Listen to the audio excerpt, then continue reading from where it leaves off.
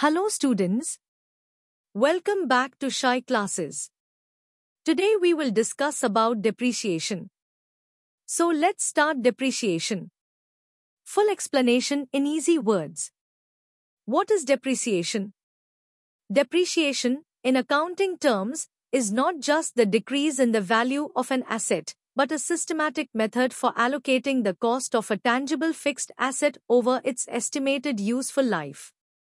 Key nature features. First, non-cash expense. It is recorded as an expense on the income statement but does not involve any actual cash outflow, unlike rent or salaries. Second, allocation of cost. It is a method of cost allocation, not a process of asset valuation. It simply spreads the original cost over the benefit period.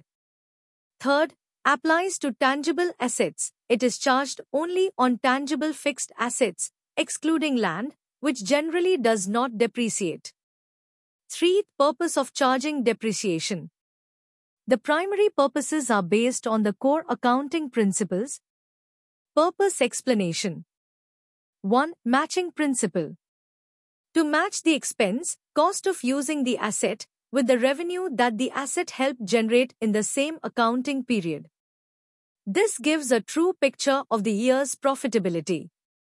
2. True profit. To ensure the profit and loss account reveals the correct net profit by systematically deducting all expenses, including the cost consumed by fixed assets. 3. True financial position. To show the asset in the balance sheet at its fair written down value, WDV, or book value, cost less accumulated depreciation, preventing the balance sheet from showing an inflated asset value. 4. Provision for replacement.